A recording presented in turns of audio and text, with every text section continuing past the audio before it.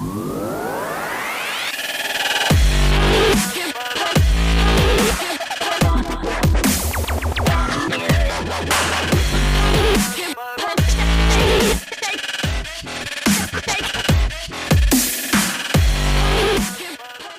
evening, ladies and gentlemen, and welcome to Monica Gender Violence Solutions. My name is Agnes Ikoyu, and today in the studio I'm joined by Mariana Gabriel. Mariana, welcome to the studio. Thank you. Mariana has been one of the victims of gender-based violence, and today she has decided to stand up and come share her story today with the Namibian society. Mariana, can you tell us a little bit about yourself? My name is Maria Gabriel, and I'm 22 years old. I school in Ipumbu Secondary School. I've grown up in Oshakati, and I've grown up with my mom. When I was 16 years old, I had a brother, and he was having a friend, so my brother introduced me to that guy. And then I happened to go out with that guy, so we used to go out with him and have fun, and then suddenly we just started dating. I was interested in his money and cars and whatever he used to give me, so there was no any state of our relationship, and I was so young, I didn't know what the good things about dating and all that. So when I was 16 years old, he got me pregnant, and I was in grade 10. So, Mariana, how did it make you feel when you found out that you are pregnant? It was really hard for me, so I felt really bad. So, what did the father of the baby say when you told him that you are pregnant? He asked me, who is the father? And it was really hard to answer that question. So I told him he was the one, and he told me that I should stay away and wait for him to get ready to be a father, because he's not yet ready to be a father, and he doesn't know how he's going to tell his parents about it. So what was your parents' reaction when they found out that you are pregnant? What did they say? I didn't tell them at that time. I waited when I was 7 months pregnant. And then my auntie came, and then she saw that I was not fine. So she told my mom that I may be pregnant, and then my mom called me, and then she asked me, and then I just told her the truth. And then she was very much disappointed. She was very much disappointed because she trusts in me, and it was really hard for her. She didn't want to help me. She also wanted to chase me out of the house, but my father managed to advise her and to forgive me and all that. Was there any violence in your relationship? He was beating me and insulting me, or if she finds me at any place, or you have to pull my hair and make dramas. So it was really hard. There was a time that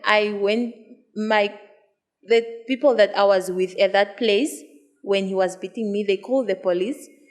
When they called the police, they took the guy to jail, and then I made a case, and then the next day I went to the police to tell them that he should be released because I have nothing against him. Because I didn't know what should I do, because it was really bad to put the father of my child in jail. I didn't know if what could I do, and it was really hard for me. So I told them to make the case, to withdraw the case. So I withdrew the case, and then after that, the guy started abusing me, and then I told my mom that I have to leave to go to Windhoek at my auntie's house, because at Windhoek is the only place that we're having relatives. Since I came to Windhoek, I never seen him, but my child used to come visit me, and I also used to go visit her. So we are no more in a relationship. So Mariana, literally these men have been abusing you. He abused you. Did he abuse you before the baby or after the baby? Actually, it started before the pregnancy. He was acting weird. He used to club me, but not really. But when I gave birth, when I stopped breastfeeding, he started beating me more. If he find me at any place, he will pull my hair or just want me to go with him at that moment when he saw me at that bar or at that restaurant or in the park or anywhere he find me. But if I'm with a guy, obviously he will beat me up, and he will also beat that guy up, the one that I'm with, or he will also beat that lady, the one that I'm with, just to go with me. This guy used to abuse you before and after. So why did you still decide to continue with the relationship? Why did you not terminate? Why do you have to stick around somebody who abused you physically and emotionally? I didn't know how I was feeling, but I didn't mind that because I asked my friend that this guy likes beating me, and that lady said, no, if a guy beats you, she loves you. So I was just stick around. He used to give me everything, so I don't care. I didn't mind about his beating, so I was just there. Yeah, So you want to tell us that, or do you think that the pregnancy contributed to you failing your grade 10? yeah. It was the it's I got challenges that I couldn't even handle myself. School kids were saying words to me. Teachers were saying words to me when I'm going home because I was footing from Okanjengedi to Ipumbu. So when I'm walking to go home, people were bullying me and saying bad words to me.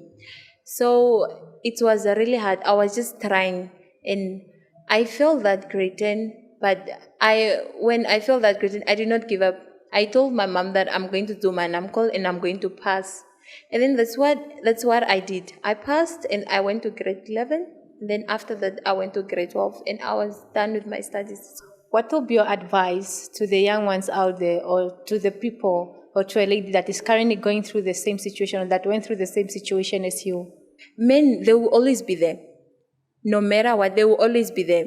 Whether you are in school or whether you finish your school, whether you are working, they will always be there. And the time for you to go out and go clubbing, it will always come. The time will always be there. So they should just be patient.